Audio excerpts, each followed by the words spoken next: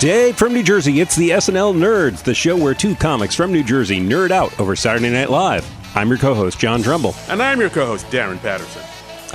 Really?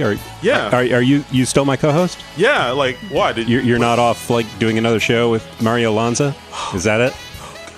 Can we talk about this off the air, please?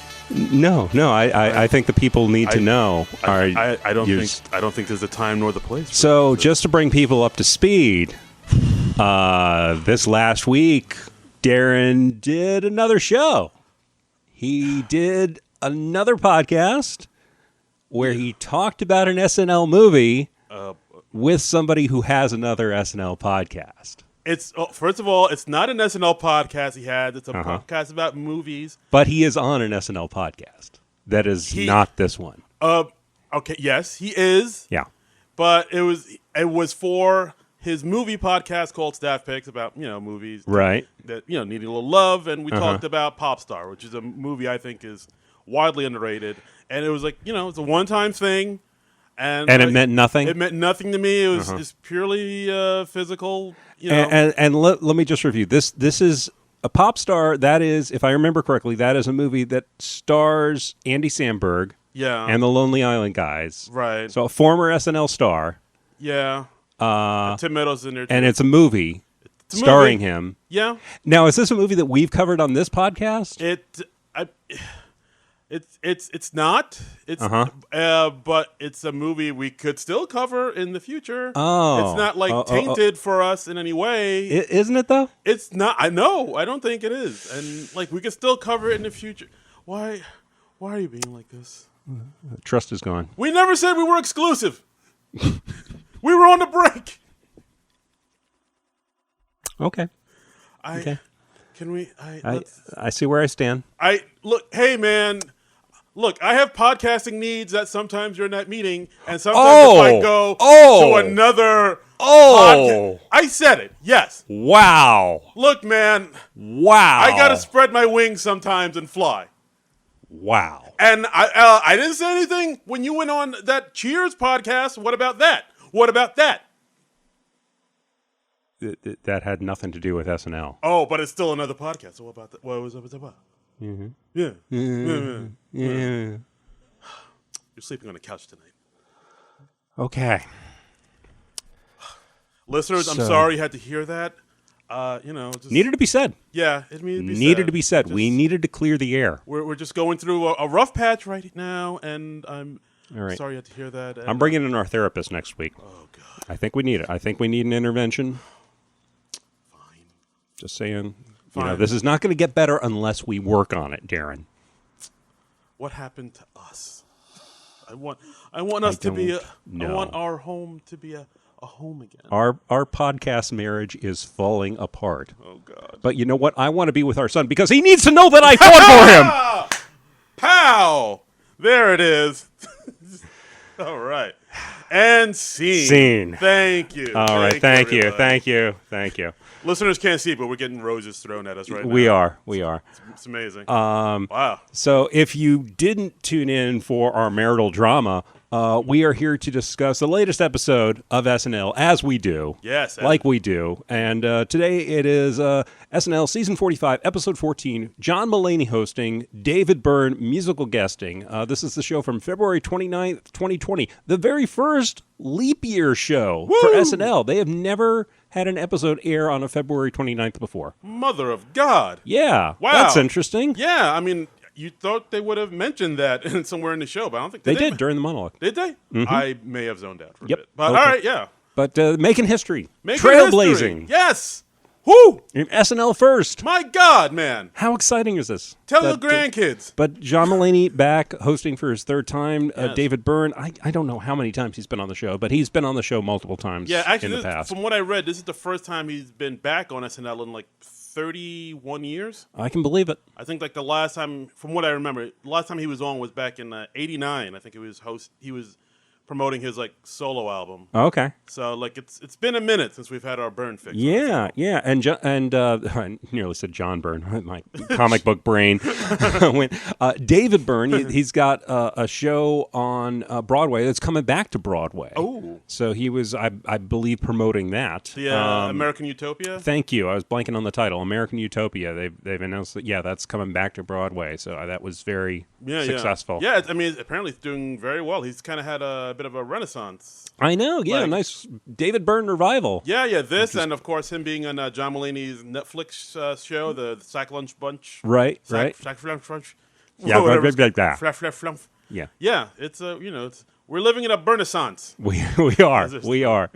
It is David Byrne's world. We're just living in it. Mm-hmm. All right. So should we just dive in? Let's dive in. Okay. Let's get into it. I'm excited. I'm happy to be part of this. I'm super jazzed. Okay. So first we had the coronavirus cold open. Yes. Open with a White House press conference with Beck as VP Mike Pence. Of course. Talking about what they're doing for the coronavirus. Right, how, he's in charge now of the coronavirus, and, of course, he's a man who doesn't believe in science, which some people might be like, maybe you should really believe in science if you're going to tackle this. That might be a good, qualification. I'm no scientist, but I think you should believe a little bit of science if you're going to take on viruses. Maybe somebody who wasn't supervising stuff in Indiana when they had an HIV/AIDS outbreak. Ooh, wow!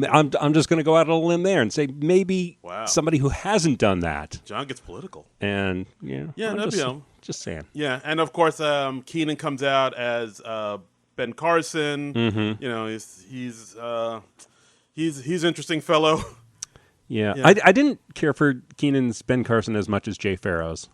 I could see that, yeah. Because Jay Farrow's Ben Carson was pretty awesome. Yeah, it was pretty tight. He was just very snake-like and very low energy. And I was actually kind of surprised they didn't have Chris Redd do it. But I think Chris Redd might have been a better match for it. Right? But I guess they wanted to throw Keenan a bone. I don't know. People love Keenan. They do. So we're talking about the coronavirus and how the coronavirus looks like this, to hold up a picture of the cartoon Stitch from Lilo and Stitch. Mm-hmm.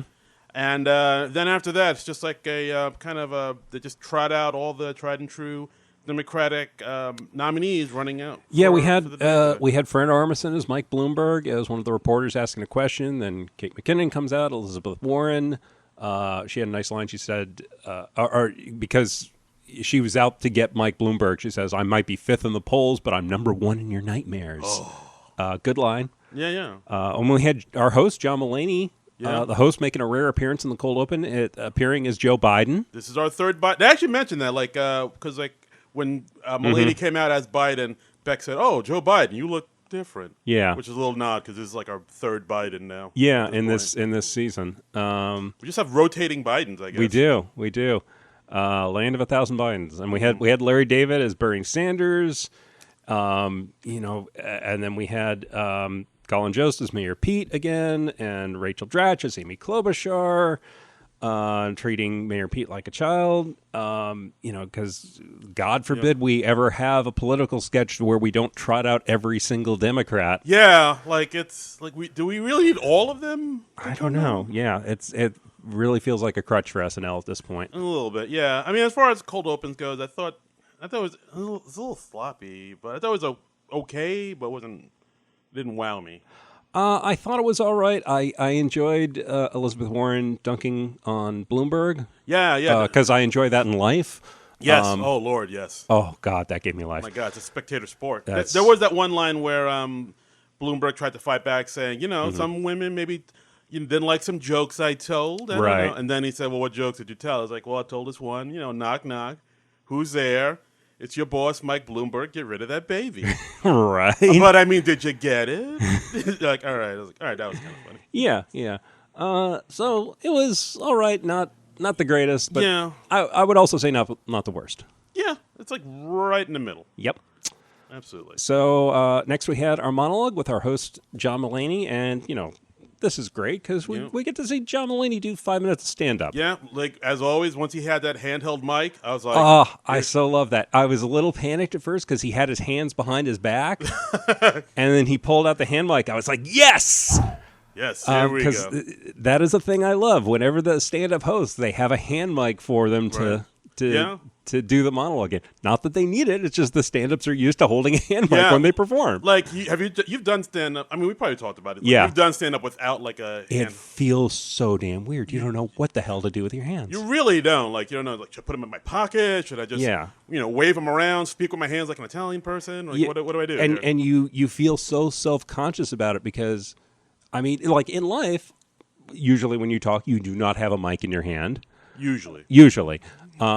Most normal people. And so you don't think about what you do with your hands. You just do whatever comes naturally. But when you're doing it on stage, when you're talking to people on stage, you feel very self-conscious about that. You're very aware that your hands are there. You're like, how weird is it that I have hands? What the hell are hands about? You know, it's you're not even high when you. I know, but it's like you or maybe you are. I don't know. Yeah, maybe you are. We're not judging. Live your life, you know. Yeah.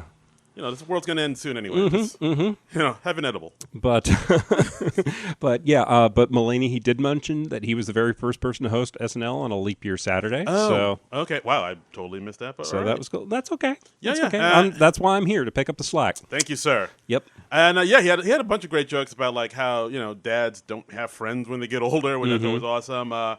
That one joke about the Declaration of Independence and as they were writing it, and where guns fall in and everything. Yeah. What about guns? And the army can't take your house. Yeah. It's like I think you're just working out your thing. Yeah, like you're going through something like somebody in the army wants to bang your wife, or I don't know.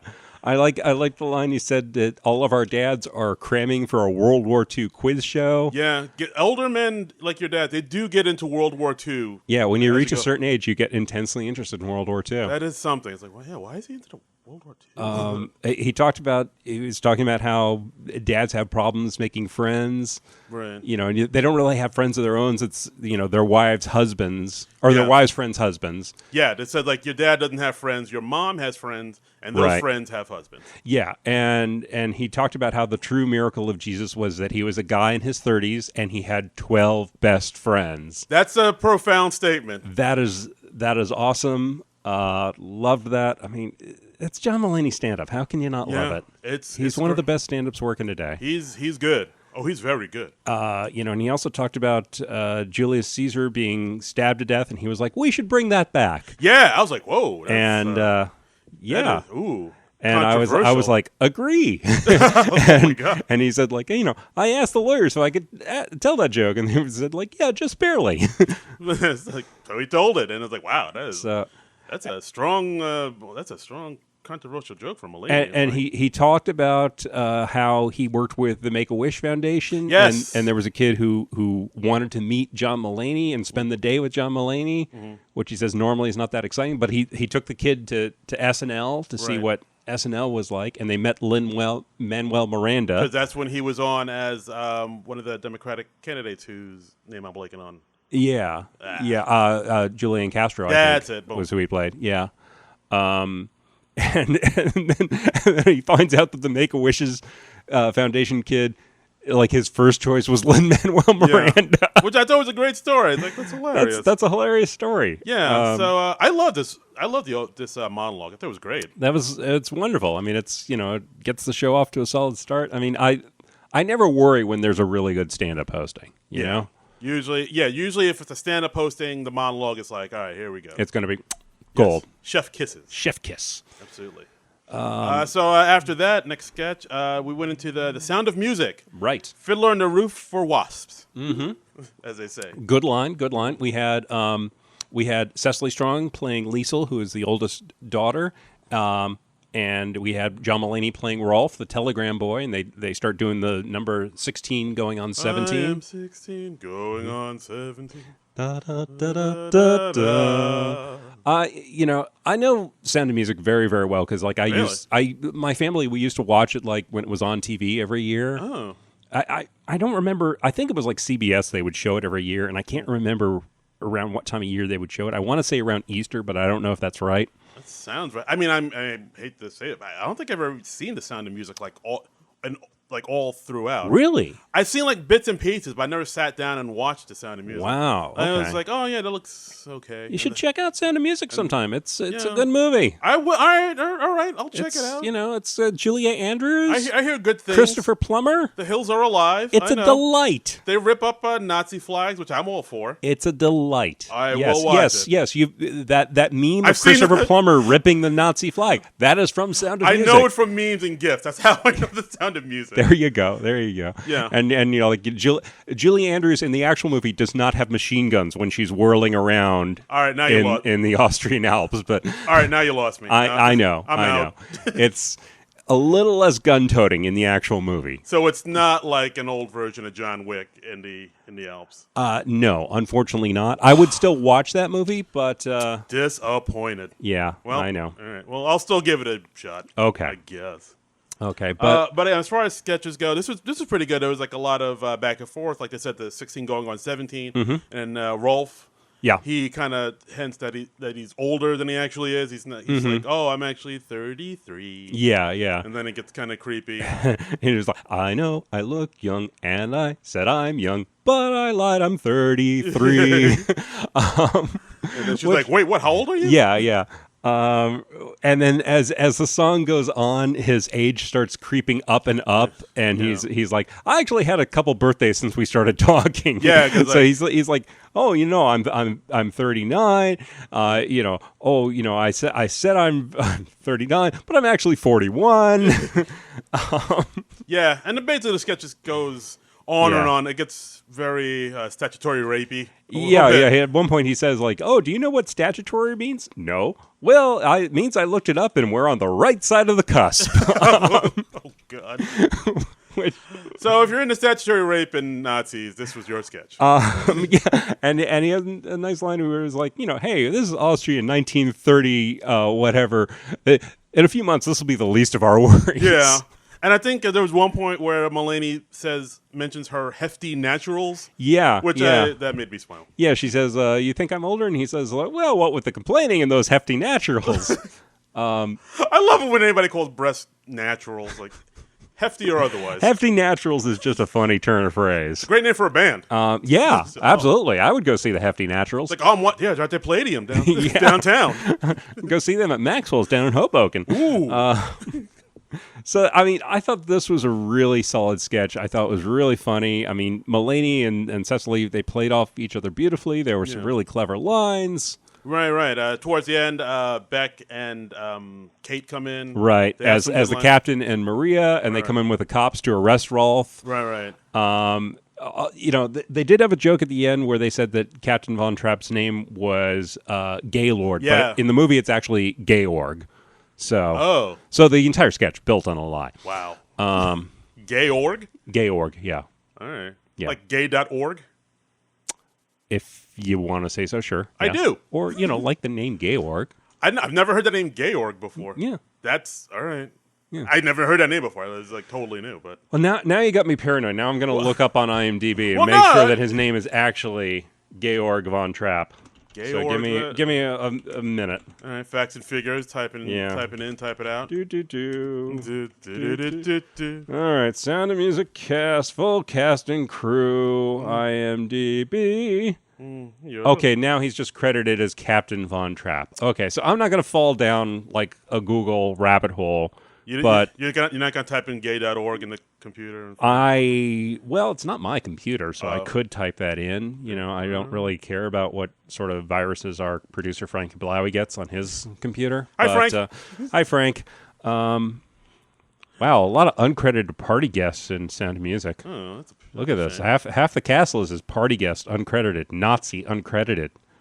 I don't know if you'd want Nazi. Sister Catherine, uncredited. Yeah. Sister Agatha, uncredited. Oof. Wow. Where's how come people Sound of Music? Come on, credit some more people. Yeah, for the love of Pete. It's not all just Julie Andrews and Plummer. I know. It's not all about that. Thank you. Okay. But anyway, I thought this was a solid sketch. I did too. Especially great one to lead off the night. Yeah, it's like the monologue, this sketch. I was like, all right, here we go. Mm-hmm. Here we go. Things are happening. We're off and running. Okay.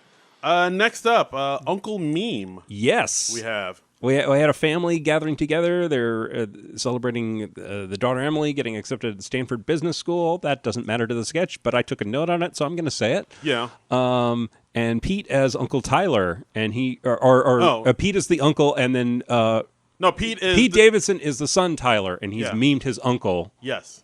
Played by John Mulaney. Right. Yeah. And so the uncle says, like, my nephew made a meme out of me. Yeah. And of course, they show the meme on the big screen, and it's right. a lot. It just shows John Mulaney in his office, kind of with a weird smile, an awkward smile. Right, and of course, the memes are things like when she won a smash, but the PP too small. Right. And when Green Book on HBO. Right, and they go through a lot of variations, and we find out that the uncle is now known as the white collar virgin. Yeah. And, this has happened to people in life, like, the Star Wars kid or the Umagerd. Umagerd. Umagerd. Yeah. Yeah. And it's fun. You, like, occasionally see on the internet that you see an update on the people who, like, you find out what their lives have become. Yeah. Like, they had that one about, like, that little girl who's in the car seat and with, like, the buck teeth, and she kind of looks into the camera like, what's going on here? Oh, yeah, That's like a big old meme, and but now she's like a grown woman, and I think she revisited right. her. That baby who does like the yes. He's like a CPA now. Really? Yeah. Wow. Yeah. Jesus, wow. When memes age. I remember one of those articles I saw that, like, the Umagerd girl, she grew up, like, hot. Really? Yeah. All right. I mean, because she was, like, playing up the nerdiness for the photo. Okay. Wow, but wow. Yeah. I saw a picture of her and I was like, oh, hey. The Umagerd girl's got it going on. Now you were like her. Yeah, I know. Yeah.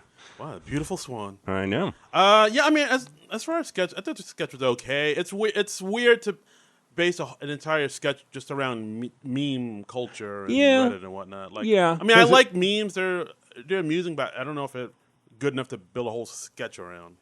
Yeah, I can see that. I think my main criticism of it wowould just be it really just petered off. It didn't have a real ending. Yeah, like they were rattling off memes at a certain point. Yeah, so you always want a sketch to end strong, and we didn't have that there, so I thought that took it down a notch. Yeah, I'd agree. It's just like, they're just naming meme after meme after meme at this point. There's no real direction in this sketch. I was like, next, we had a film segment, Kyle's Transformation. This was a Beck and Kyle joint where, it's just backstage at SNL, and Kyle Mooney, he finds out that John Mulaney doesn't want him to be in a male stripper sketch because, he always plays the awkward dorks. Yeah, they mentioned that. He's a nerdy guy. He's a skinny, scrawny, nerdy guy. He can't be no male dancer. Right. Right. I don't know why I said it like that. I don't either. I was about to ask. He can't be no male dancer. Yeah, so I got all jive. I don't know where that came from. Ain't no Han Solo in the Star Wars. Hey, my mama ain't raised no dummy. I dug her rap. Oh, we went airplane the jive speaking dudes. Just hang loose, blood. Golly. Gonna catch you on the med side. Chump don't want no help. Chump will get no help. There it is. Wow. Rest in peace, Barbara Billingsley. Oh, all right. Hey, pour some out. So anyway, Kyle. This guy. Kyle. So he decides to get in shape so he can convincingly play a male stripper, and he starts changing his diet. He starts working out. Yeah, and we have a cameo. Somebody who helps him out, who becomes his trainer, Justin Theroux. Right. Is in there. And yeah. So we see him in there. So he literally has like weights and stuff in the writer's room. Right. And then they cut ahead, and like now Kyle is all like jacked and pumped He's got some impressive looking fake arms. And like his face is all like jowly. Yeah, they even give him some chin appliances, so he's got more of a jawline. Yeah, like Chloe wants to bang him, and like he's all. He actually bangs Chloe. Yeah, they don't show it. But no, we don't. That's X-rated. But they say that, like, oh, we're gonna go have sex. Yes. And Chloe's like, oh, okay, because he's just so attractive now. Yes, he's a stud. And we see him meeting with Lorne. Right. And we see him with Lauren, and he's apparently he's like the hot hunk now, and right. Lauren wants to feel his muscles, and it's like, right. And then John Mulaney comes in, and he's like, oh yeah, we rewrote the male stripper sketch, and now it's like all awkward dork. So you're cut from the sketch. Yeah, and and then he said he's fired from the show too. Yeah, which is like that's that's interesting. Plot twist. Yes, I did not see that coming. So what'd you think of this? I thought it was okay. I mean, I'm on the record. I'm not a huge Kyle guy. Because I know he has like a specific type of humor that some people get. Like, the same way people like, like Fred Armisen has this very specific type of humor that people like. I'm just not a huge fan of it. So, like, I mean, this sketch I thought was all right. I didn't think it was like that great. Yeah, I think all right, but not great. That pegs it pretty well. Yeah, exactly. And it's like, oh, okay. I guess I see what you're doing here. Yeah, I found it amusing enough. Didn't love it. Didn't hate it. Yeah, pretty much. So didn't love it. Didn't hate it. Just kind of in the middle. Right. Which that's for Kyle and Beck. I think that's pretty good. That's right. This sketch was no statutory rape and Nazis. No. But what is? What is? I mean, they can't all have statutory rape and Nazis. They all can't be hefty naturals. I mean, and God knows I've sent SNL enough letters asking for those in every single sketch. Is that why you got the cease and desist? That is why I am on that list. Okay. You're not allowed within 10 feet of Rockefeller Center. No. Well, their loss. So next we had The Admiral, which is we cut to the 1955 movie. Say those two don't seem to like each other, and this was Kate and Adie as feuding sisters. And I mean, this is a sketch that they've done before on the Jennifer Lopez episode, which very similar, not too long ago, with the Colonel. The Colonel. I mean, here they chose a different military rank, so it's completely different thing. Totally different. Totally different. But they're all excited because the Admiral, played by John Mulaney, is coming by, and they're trying to make themselves as attractive as possible, and they're trying to sabotage each other in various humorous ways. Yes, exactly. It's like, oh, it's chilly out, sister. Why don't you wear this shawl? And it's like an actual a snake. Yeah, like a boa constrictor. And I think one of them tried to poison the other one. And, right. Like, oh, sister, your breath is horrendous. Why don't you take this breath mint? And it's actually like a bomb. Yeah. It's like, oh, okay. And that was cute. I enjoyed that. And Mulaney comes in. He's in, excuse me. Beck comes in as the Admiral, right? And then it turns out he's most attracted to John Mulaney as their brother. Yes, who's in the Navy. Yeah, so he comes in a sailor. He can sail the seven seas. Yes. Yeah, in the Navy. He can set his mind at ease. I got it. Right. Okay. Yeah. We want you. We want you. We want you for a new recruit. Who, me? But I'm afraid of water. I'm afraid of water. Da, da, da. Young man. Young man. What is wrong with us today? Wow, I don't know. We are high on life. Yeah, we went super gay. Wow, there's catnip in the air.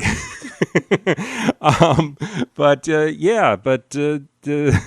it turns out that the brother John Mulaney, who's in his little sailor outfit, he got gay hot. Yes, and like I think at one point, Kate said, don't pay attention to our brother. He's just a sailor. Right. And then he's like, no, I haven't. I got promoted up to pass around party bottom. I was like, wow.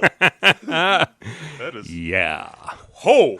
And at one point, Kate tries machine gunning off his uniform, but it just tears away his sleeves and and the bottom of his pants. So now he's in a sleeveless shirt and shorts, revealing his tight, taut frame. Yes, absolutely. Yes, and so he's even more attractive to the Admiral. And it's just like a lot of gay jokes, pretty much, like him bending over. Some innuendos. Yes. Yeah. He tries moving a couch, and he's like bending over and grunting in a suggestive manner. Yeah, it's very... And of course it ends with the Admiral picking the twink. Yeah. I wanted to like this more than I did, and I'm not sure why it didn't work for me. We're talking about it, and I'm amused. Yeah. And I feel like if I'd seen the script on paper, I would have been like, yeah, this is great. Yeah, when we made it funny. But yeah, I feel the same way. Like, when I saw the sketch, I was like, it's pretty much hitting the same beats as the J-Lo episode. And, it's... And I didn't really mind that. I mean, I think that's fine. I thought they had enough of a variation on it. So... Yeah. I can't really put my finger on what what my problem was, and I feel like it was more my problem than a problem with the sketch. Maybe I don't know. Maybe the pacing was off, or maybe there was something. Yeah, the pacing was kind of off. Yeah, I mean, there's a couple sketches throughout this episode where the pacing seemed to be off, like they were maybe running behind or something. But yeah, I wish I could put my finger on it, but yeah, I kind of feel the same way. It was all right. Like I understand they were going like sort of cartoonish, over the top. With and that's fine. I mean, that's great. And nothing wrong with cartoons. I like cartoons, but yeah, this didn't quite hit for me. Yeah, and it didn't for me either. And I'm really kind of surprised by that because I like I said, I wanted to like it much more than I did. Yeah, I mean, I feel like the audience was the same way too because the audience really didn't sound like it gave it a lot of love either. Yeah, so I don't know if it was just. I felt like the writing was there, but maybe something in the performance or the direction was just kind of a misfire. Maybe, yeah. I think so. I don't know. Maybe the dress was better. Who knows? Maybe. Who knows? Who's to say? All right. Anyway, it's time for the musical guest. Woo! We had Mr. David Byrne, late of the Talking Heads. Yes. And I'm sorry, you were about to do excited Mr. David Byrne. Oh, was I? Well, it sounded like it. No, it wasn't. Okay. Okay. Sorry. But it's okay. I feel like I robbed you of that moment. A little bit. Okay. Do you want? Should we take it back? No. Let's keep on going. Okay. But the David Byrne, right at the gate, doing Once in a Lifetime. One of his classic songs from the Talking Heads. I was actually surprised it was the first song he did. I thought he would save that for later in the show. Yeah, but I'm assuming it's one of the shows or one of the songs he does in his show American Utopia. I think he probably does a lot of his classic songs in that. If he does, I was like, I got to get on this American Utopia thing. I was honestly blown away by David Byrne's performance. I thought, really, yeah. I mean, he's we should describe it a bit, set the scene. He's barefoot in like a gray suit, right? No tie, and dancing around. He's got his backup band and dancers, right? And they're all in the matching outfits, also barefoot, gray suits. They're like kind of his whole backing band they're like a marching band type of thing. So like no one's like weighed down by like instruments. They're all right. They all can like move around freely. Anybody who had a drum, it was like strapped to them, and like a marching band. Yeah, but very very energetic, and I mean just a lot of pep and a lot of vim and vigor. And I don't know why I sound like I'm 200 years old. Get up and go. Yeah, that David Byrne, he's a real. Our boys overseas, they showed a lot of vim and vigor. He's a real toe tapper. That David Byrne, he's a real go-getter. Exactly. That kid's going places. That diggity dog. Yeah. Yeah, I mean, I looked it up. David Byrne's 67 years old, and he's like, God damn. He's moving around like better than I can. I'm like, God bless. I am 20 years younger, and he showed more energy in those 5 minutes than I've shown the entire year. I got winded just watching him. Yeah. I was like, God, my knees hurt just looking at you, sir. But God bless you. It was great. I mean, it was a thrill to hear Once in a Lifetime. It's one of my favorite Talking Heads songs. It's a great one. I thought this was amazing. I felt this was specifically designed for aging Gen Xers like us. Absolutely. I think people will admit, like, now SNL, when it comes to musical guests, they don't really put on like older musicians. Like it's always like whoever's. No. I think we said this, like whoever's trending on SoundCloud or whatever. The young new kid. Right. So like, which is fine. Like we'll get the oh God, what. The boy band that they had. BTS? BTS. I was forgetting the acronym. Yeah. I was like, DTS? No, that's not right. I was like, DTF? Yeah. No, that's definitely not right. That's something else. There should be a boy band called DTF, though. Give it time. Give it time. Can we become like the new Ron Perlmans and form a boy band called DTF? I'll make some calls. All right. Let's see what I can do. Because at this point, that's going to be our ticket to fame and fortune. That's the ticket. Yeah, let's get a boy band together and we'll just call them DTF. And we got it doesn't mean what you think it means. It means dancing till 5, right, or something. What do you think it means? Yeah, because they keep reasonable hours because they're nice boys. Exactly. They're in bed at a reasonable time. Exactly. So they're down. They dance till 5. They dance till 5 and then they are done. Yeah, they do their homework. Kiss their parents goodnight and go to bed. All their concerts will be matinees. Oh, it's an untapped resource. That's all I'm saying. I love this idea, dude. This is DTF, DTF, DTF.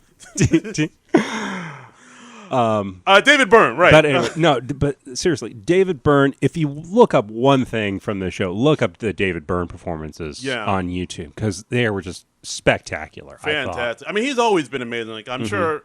I mean, for those young who don't know about David Byrne, I implore you to go look into his stuff with Talking Heads. Watch Stop Making Sense. Yeah. I mean, it's an amazing concert film. And he's had a great solo career too. He has. I don't want to. Yeah. He's done amazing stuff with Talking Heads. Yeah. His solo stuff is fantastic. His solo album Uh-Oh is one of my favorites. That's from like the early 90s, but I was listening to that so much in college. Wow. And it's Yeah, I mean, I was listening. Great stuff. I was listening to more Talking Head stuff, but I should listen to more of his solo stuff. Yeah. I mean, I'm not ultra familiar with his solo career, but what I heard of it, I really like, and I would love to be able to go see his Broadway show. I don't know. Maybe we'll check it out. Yeah, I think it's also from what I read. I think they're also gonna make it into a movie. Oh, that's cool. I heard it's like going to be made into a movie, and I believe Spike Lee's directing it. Oh, wow. I got to look this up. I'm pretty sure that's what I heard. Okay. That sounds very, very cool. So, either way, America Utopia. I'm going to check it out. I'm going to check out the album, too. Yeah. I was like, okay, surely there's an album of this. And then they, if you like David Byrne, Siri, play David, I was like, okay, I'm going to have to get that album. Yeah. If I can't make it to the show, I want to at least get the album. Yeah, absolutely. And apparently John Mulaney helped him out with like some jokes for the show and stuff. And, oh, really? Yeah. I remember John Mulaney was talking about that on one of his talk show appearances recently. Oh, far out. And David Byrne, he did a second number, Toe Jam. It was, much the same. They were in the gray suits, barefoot, and lots of dancing and lots of energy, and his backing band was great. Yeah, I actually looked into this because I thought this song Toe Jam was like a new song. Okay, apparently it's not. It's an old song that came out in like 2008. So I wonder, is the American Utopia just like a review of his songs? Does he have new material in it? I don't know. Because I thought, oh, this is like some new song that I don't know about. But I liked it. I actually liked the Toe Jam song quite a bit. But this is like a song from 2008, 2009 from the Brighton Port Authority album, which was like a sort of a collection of songs put together by Fatboy Slim. Oh, wow. That came out in 2008, and he did the song. It was David Byrne with Dizzy Rascal. Wow. So this is like a deep cut, this song. Interesting. So the fact that he did this on SNL was like, wow, that's all right. It looks like it is. I'm on the website for the Hudson Theater on Broadway right now, and it says it returns this fall. So it's coming back September 18th for 17 weeks only. So a limited window to see it. But yeah, tickets are on sale. All right. And there are strobe lights in the production, so please be aware of that. Okay. So interesting.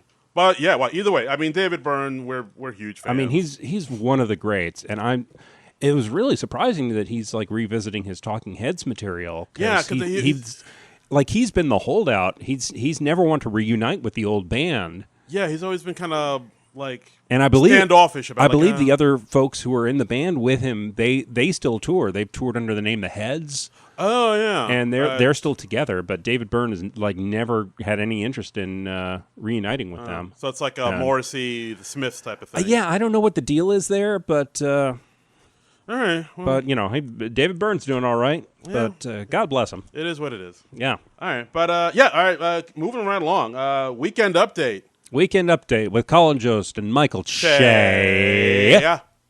And it's a lot about Trump and coronavirus, which is the big virus of the minute right now. Yeah. Colin Jost, he had a good line early on. He said, hoping Trump can calm fears is like hoping that cocaine can fight insomnia. Yeah. I thought that was a pretty good line. Yeah, and I like what Che did here in it too, because they did an interesting thing with Che. Yeah, because basically when they talked about coronavirus, it's like, well, I don't want to make jokes about coronavirus because honestly, I don't know if I have it. Or right.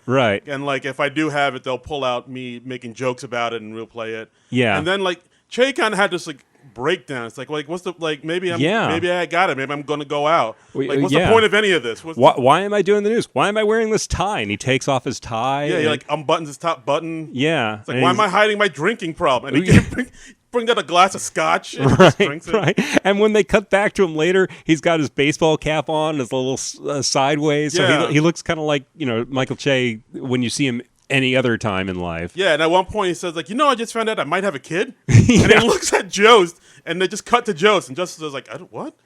It was a weird thing that they did there. You don't usually see Weekend Update get that, I don't know what the word meta? Is for. Yeah. Is it meta?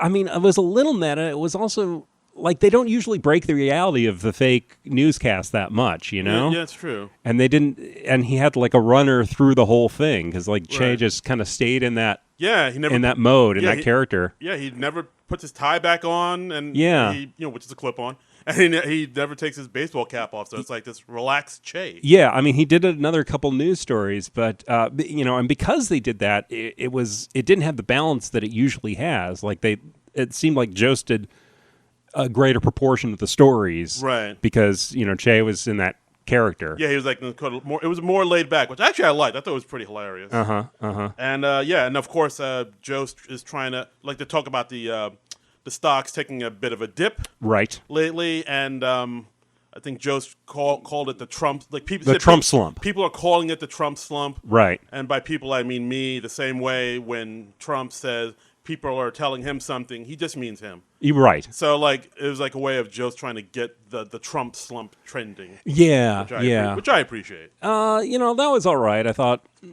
okay, it could be better. I mean, honestly, usually now when I watch Update, I'm like kind of half pay attention to Joe's and I wait for Che to say something because I know like Che's stuff is going to be more creative and original. Jost is the foreplay.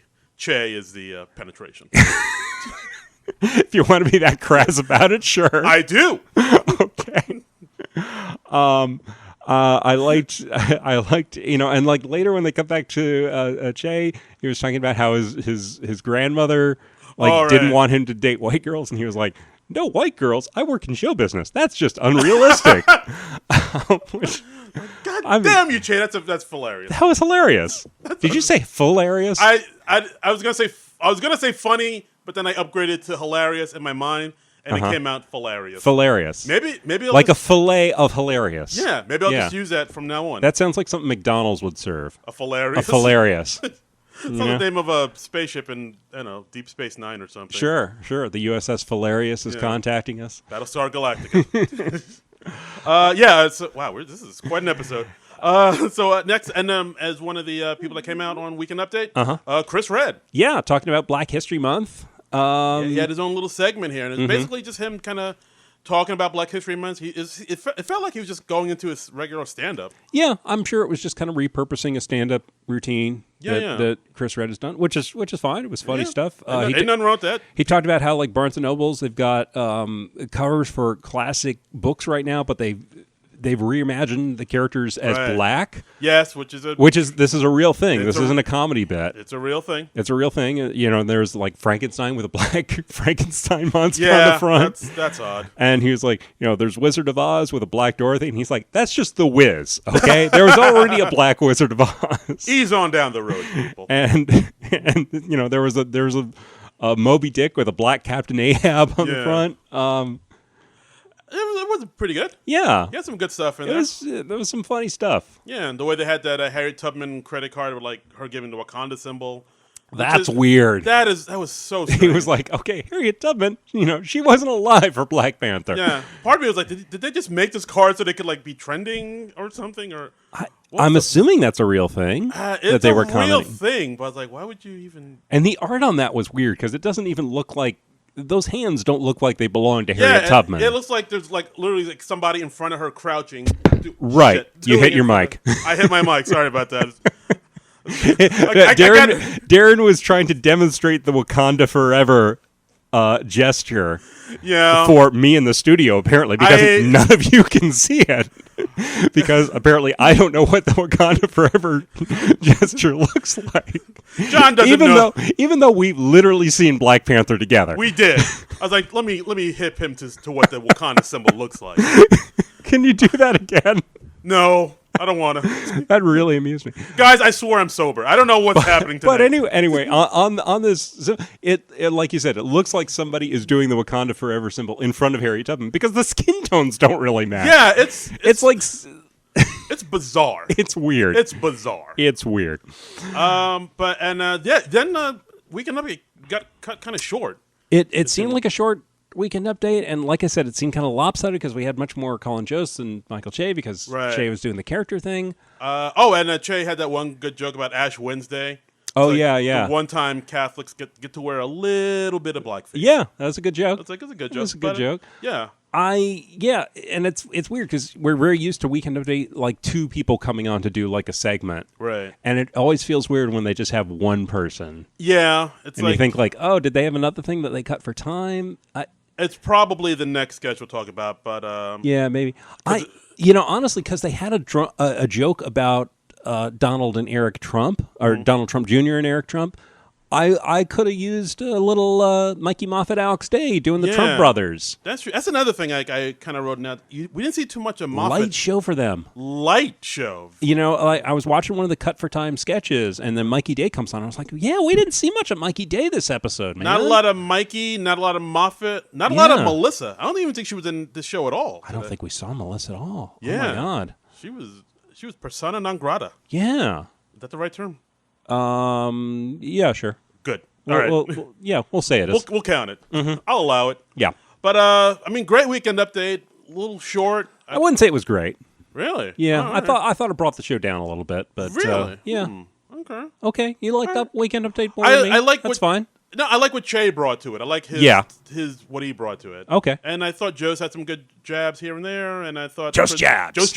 And I thought Chris Red was good, so I thought it was all right. Yeah, I like the Chris Red segment. Okay. I think that was probably my favorite bit from Update. All right, fair enough. Fair enough. And but yeah, they cut it short, and I think it got cut short for the next sketch, which is the airport sushi sketch. Yes. This is in the tradition of Diner Lobster and the Bodega Bathroom. Right. This was another weird sketch. I'm going to assume this one was also co-written by Mulaney and Colin Jost. Yeah. And, most likely. Most definitely. Like, this is pretty much Mulaney's wheelhouse where he does like something very New York-centric, very specific to New York City. Of course, before like the New York diners. After that, it was the New York bodegas or corner stores for those who aren't in the know. Mm-hmm. And this episode, it was LaGuardia Airport. Yeah, this is okay. We're going to describe the sketch, and it's going to sound like we're high, but I promise you, we are not. We're just drunk. No, yeah. It is a Sunday for us. Yeah. How else? How do you get through your Sundays? Sunday afternoon. Of course, we're drunk. Yeah. Mimosas, man. We are still drunk from last night. Right. That's how we party, bro. That's how we roll. Woo! But no, you really can't describe these sketches without sounding like you're tripping. Yeah. So we had a couple guys, and they're at LaGuardia Airport. It was Chris Red and Pete Davidson. Yeah, it's always those two guys. Yeah, and one of them decides to get the sushi at the LaGuardia Airport. At the airport mart, or right. Where you get like $15 bottles of water. Which living kind of dangerously. Yeah. Living on the edge. Guys, don't buy sushi from airports. That's just a good rule for life. Yeah, airports, gas stations, just leave it be. Yeah. Supermarkets, that's on the edge of acceptable. Yeah, you'll be all right. I think you'll be all right. Yeah. Get some Pepto-Bismol just in case. Yeah. You never know. Yeah. But then, it quickly goes into a bizarre direction. I mean, we had Keenan as the Phantom of LaGuardia, who he kind of looks like a pigeon, but then we find out later he's actually one of the geese that took down Sully's plane. Yeah. Because he looks like half the Phantom of the Opera, but he's got bird wings. And yeah, they always dress up Keenan in some type of animal costume. Right. We had Cicely as the sushi chef, and she does a variation of I Like to Live in America from West Side Story, which is, I like to cook in LaGuardia, da-da-da-da-da-da. Musical theater nerd was really coming out in this episode. My God. Because, Cicely, I'm sure, is a big musical theater nerd. Right. Judging from the sketches that she does is in. And I think Mulaney is also a frustrated musical theater nerd. They love to sing. They got a song in their heart. Yeah. We had Kate McKinnon come out as Aunt Little Orphan Annie. Yes. And she's dressed as the person who works at those Aunt Annie's, like those pretzel stores you see in the airport, right? Auntie Annie, Auntie Anne pretzel. But she's got a little Orphan Annie redheaded wig, right? And she sings Tomorrow, but she sings De Blasio, De Blasio. The cops hate De Blasio, right? Which they do. Yes. Oh, they do. Oof. And they did another number from West Side Story, which was like "Stay Cool." I think it's called. Beck comes out as a baby who boards who's about to board a transcontinental flight. Right. And of course, if you've ever been on a flight with a baby, you know it's like it's bad times. Well, the air pressure, it gets to them. They don't know what's going on. That's true. I shouldn't. Yeah. So they cry during the flights. I know. But they're babies. Yeah. They don't know what's happening. They just know they hurt. I know. All right. Now I sound like a dick. All right. Show some understanding for once in your goddamn life. Show some empathy. Look inside your heart. Look inside that cold stone heart. And show some feeling for the babies. And then Darren's heart grew 3 times, 3 sizes that day. And then we had a celebrity cameo. Yeah, we had Jake Gyllenhaal. Jake Gyllenhaal, who was also on the Sack Lunch Bunch, the John Mulaney Netflix special. And in this sketch, he as was Mr. Music, I think he was. Yeah. And in this sketch, he was the man who boards the plane in his pajamas. Which I guess that's a thing. Do people do that? Well, he says he's in his pajamas to make it easy to go through like TSA. Yeah, and all that. He sings a song about how people can just go up his crevices. Yep.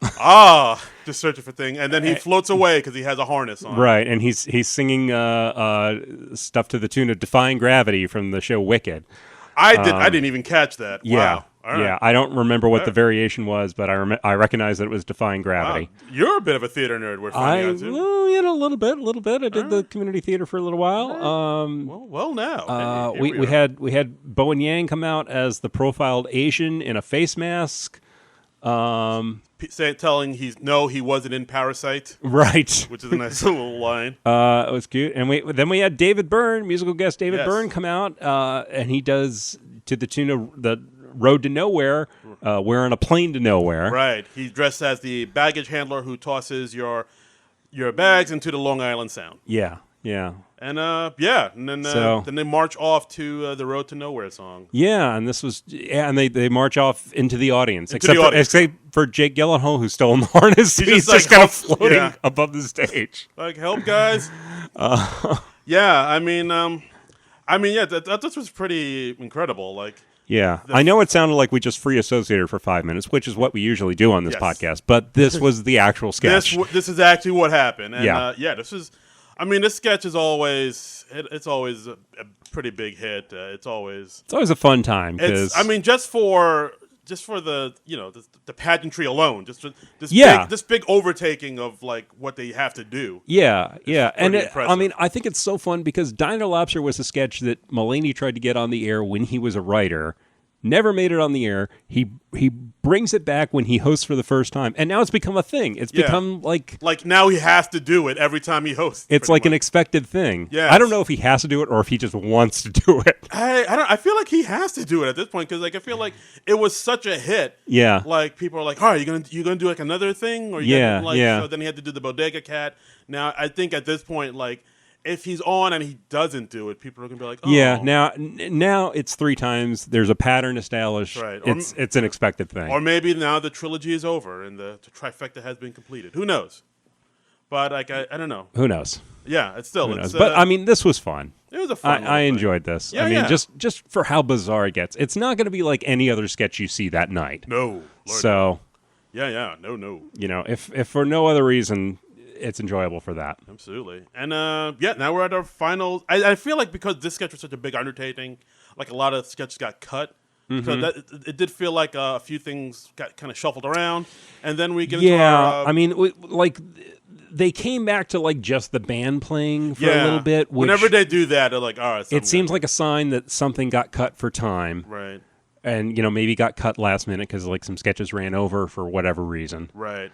But luckily they had enough time for David Byrne to do his thing. That's when he did the Toe Jam song, which I loved. Yeah. And then we get into our final sketch of the night, Forgotten Figures of Black History. Right. This was Jackie Robinson, but the sketch is, really about Keenan as Terrence Washington, who was the first black man to boo Jackie Robinson after Jackie Robinson broke the color barrier in Major League Baseball. Right. This one has Ego as the kind of narrator. Right. Talking about it. And we get into it. We see like Keenan is like the first black man to boo him. Mm-hmm. And then we learn like he was actually booing him because he actually wanted to play baseball, but but he never actually played baseball because of his heart murmurs. Yeah, he's a Dodger fan who disliked Jackie Robinson because he was like he got to integrate baseball, and that was what Keenan wanted to do. Exactly, and they did have just one good line where everybody else around him, John Mulaney, Beck Bennett, and Kyle, saying, "Hey, why are you booing him? Don't."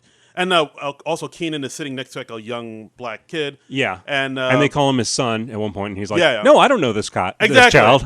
Kyle's like, "Hey, why are you booing Jackie? Don't you want your son to know that he could be anything he wants to be?" Yeah. And Keenan's like, "I don't know this kid. He's not my son. I'm just sitting next to him." Yeah, that was pretty funny. And at the end, the audience, in solidarity with Keenan's character, like, "Do you want us to boo him too?" And then everybody gets into booing Jackie Robinson. Right. And of course, and then I think Beck is like, "Yeah, go back to the Negro Leagues." Yeah. And then Keenan's like, "Whoa, that's too far, man. That's too far." Yeah. I mean, this sketch, it kind of felt like something that would have been in, like, maybe Chappelle's Show or even in The Living Color. Okay, yeah, But, I can see that. I mean, as far as the final sketch, I thought it was okay. I thought it was all right. I thought it was, maybe a little underdeveloped. I feel like they could have taken a little bit further, but I thought it was fine. Especially this deep into the show. Yeah, I mean, it's definitely like one of those sketches where Keenan is doing a lot of the heavy lifting. It goes off like it's built around Keenan. Yeah, Keenan's charm and what he can do. And he's driving it. Thing. Exactly. It's just but honestly, I forgot that Jackie Robinson. The integration happened like as late as it did. It was like 1947. Yeah, and I was guessing that was like. If you had asked me cold, I would have guessed like earlier, like, in the 40s. Nope. No. No. So, this got awkward. Sorry. Sorry about that. I'll take your apology back to the others at the next meeting. Okay. We'll see if we accept that. So, yeah. Yeah. And that's the episode. That's the episode. Yeah. I mean, as far as episodes go, I thought it was okay. I don't know if it was good as I thought it'd be. Mm-hmm. It didn't meet your expectations? No, not quite. Like I thought. I'm trying to think. I'm trying to figure out why I didn't. I don't know. Like, I mean, there were a few sketches like the, hey, say those two don't get along. Right. That were kind of like, eh. And there was like a few other sketches that I thought were okay. I mean, the Kyle Mooney sketch I thought was, it didn't quite get, I honestly, I thought overall this was a pretty solid show. I thought, even though I had some problems with things here and there, and I thought Update was a little weak, I liked it overall. I think probably because I find John Mulaney such a charming performer, and I just enjoy watching him. Okay. For me, that saved any weaknesses that we might have seen in the sketches, like the uncle meme thing. Like I said, it didn't have much of an ending, but right. I still enjoyed it because I enjoyed John Mulaney's performance. Yeah, he kind of elevates things that he's in. Yeah, I thought the Sound of Music sketch was great. That might have been the sketch of the night. Sketch of the night for me, definitely. Yeah. I really dug that. The David Byrne performances were just fucking amazing. Yeah, I think this is like one of those rare instances where like. Because like usually when we watch an SNL episode, we talk about it. Usually we're kind of blasé on the musical guests, and we're all about the sketches. But this is, for me, the reverse was so. Yeah, I mean, well, because David Byrne, he's one of our guys. That's true. He's like, we're Gen Xers, so we grew up listening to David Byrne. That's true. I'd be curious to see like what somebody younger than us thinks about David Byrne. Yeah. Like somebody who didn't grow up. I went on Twitter after the show and I saw like David Byrne was actually trending. Hey, and there were a few things of like oh yeah, Gen Xers loving the David Byrne, and like millennials confused by David Byrne. Yeah, I figured. So it's kind of like how we feel when it's like somebody who's younger than us, like when they have DTF on. Oh yeah, of course. Oh, yeah. DTF, They're tearing up the charts. Right. Yeah, I hear you. I mean, but I imagine also maybe somebody if they had a musical guest who maybe was on before our time. Right. Like I don't know who Bob Dylan or somebody older than us. Like we would be like, all right, that's interesting. But then I don't know. Part of me hopes that like maybe a younger person would see David Byrne and be like, oh, that's kind of cool, and then they would get into David Byrne. His backlog. Yeah, that's my hope. I mean, that would be cool if more people are turned on to David Byrne. I mean, I think that's a good thing. Ain't nothing wrong with that. That's a good thing. Young people, if you just got into David Byrne through this SNL episode, let us know what you think. Mm-hmm. I'd like to hear your thoughts. But the good nights were like really quick. I mean, to the point where we had no credits at all. Yeah, they must have had timing problems. During this show. Yeah, that they bailed immediately on that one. Yeah, it was like Mulaney just had time to thank everybody, and then it was like, that's it, good night. And literally, you did not see any credits running by, which I wonder how legally they can get away with that. I mean, I guess it's a timing thing, and they'll restore it in reruns. I guess so. Yeah, that was weird. Like, I mean, I have seen it before, but it's always kind of jarring. It is weird. When it's weird when that happens. Also, there were a couple cut for time sketches I feel like we should mention. We just checked them out on YouTube. SNL, they're good about uploading those. Right. First, we had Love is Blind Quarantine Edition. I actually liked that sketch quite a bit. I was like, I really wish they kept that in. I think that was good. I think this easily could have been in the show. Yeah, I mean, do you know about the Love is Blind? I heard about it. I saw it like trending on the social media, and I was like, oh, I guess this is a real thing. Yeah, I mean, for those that don't know, my wife actually loves it, likes that show quite a bit. But it's like a reality dating show, and it's on Netflix. So on Netflix, is basically the hook is they get a bunch of men and a bunch of women together.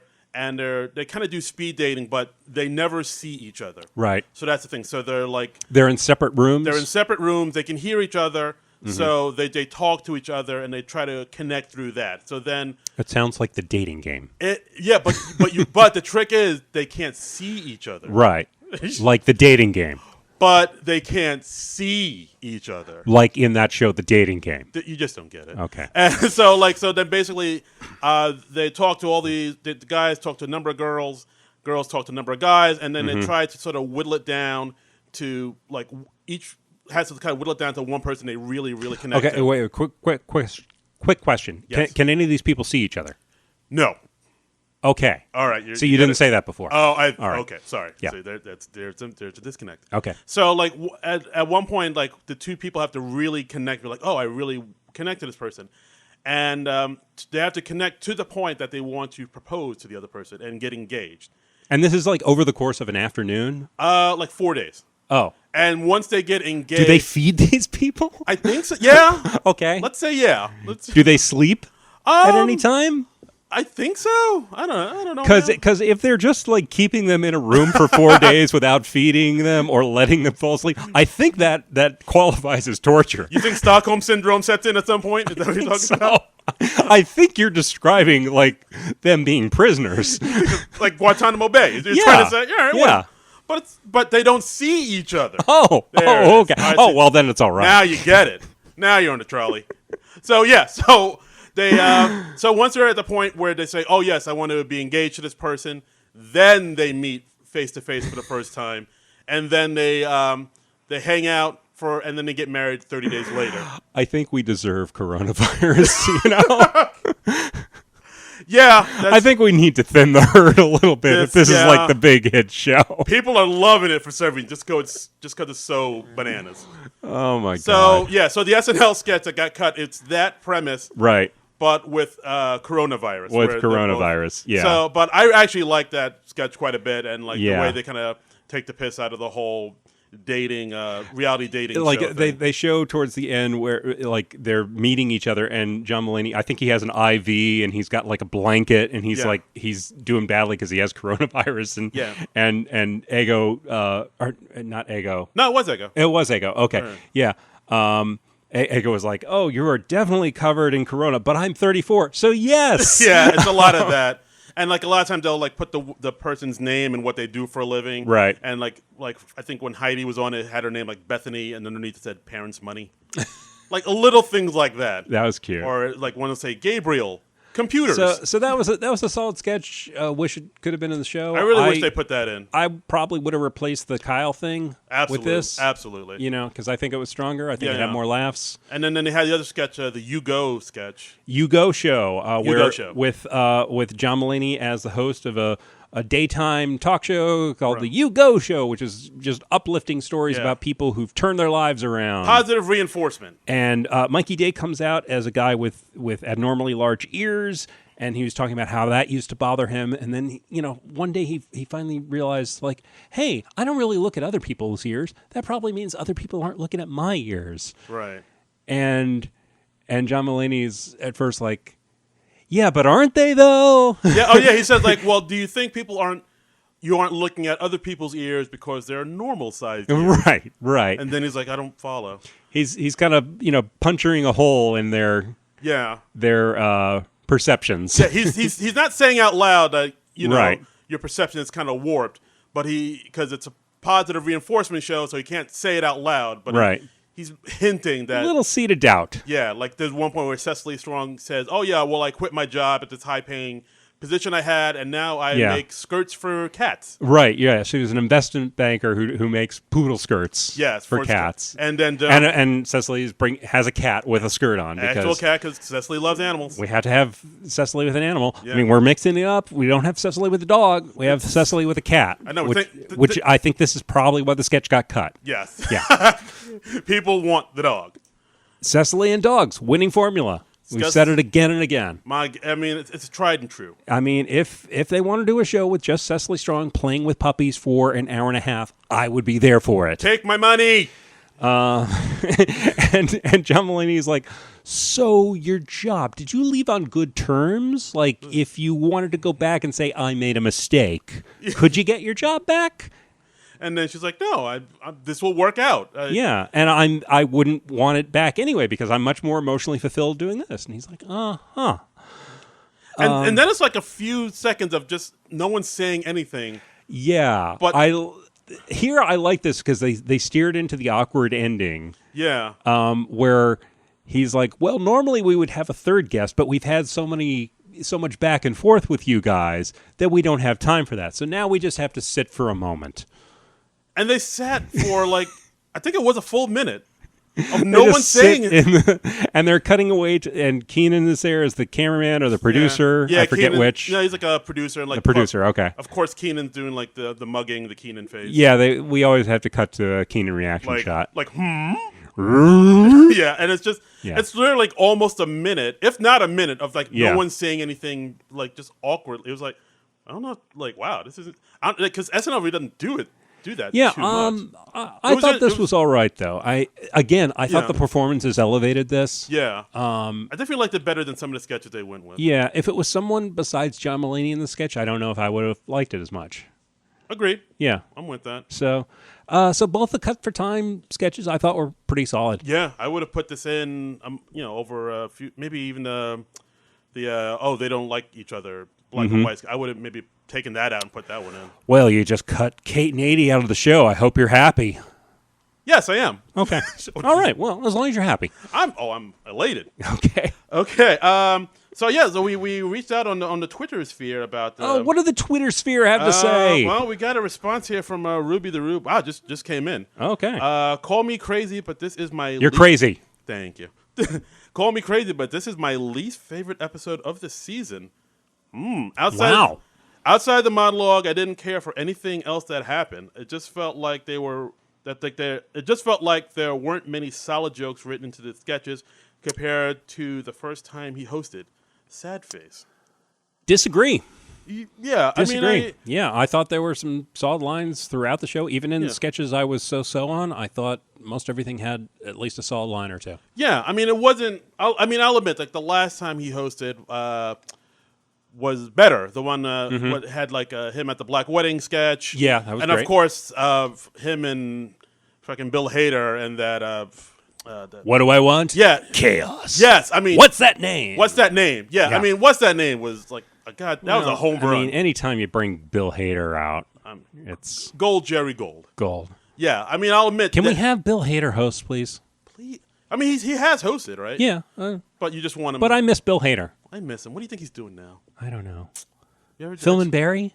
Ooh, that'd be Think he's filming another season of Barry? right. Probably just filming Barry talking to the Fonz. What do you think Bill Hader dreams about? I don't know. Like, it's, You think Bill Hader's ever listened to this podcast? I hope so. Maybe. I hope so. Hey, Bill. If You you're think he listening, knows how much we like him? I think he does. Oh, look at that cloud. That looks like Bill Hader. I think Bill Hader's dreamy. I know. It probably smells great. I bet. Yeah. Oh, probably smells like just bubble gum in dreams. And he's dating what's her name? Rachel Bilson. Rachel Bilson. Yeah, Yes. they came to an award show recently. I think it was Spirit? Or I wanted to say the Oscars or the Emmys, but oh yeah, that might make more sense. yeah.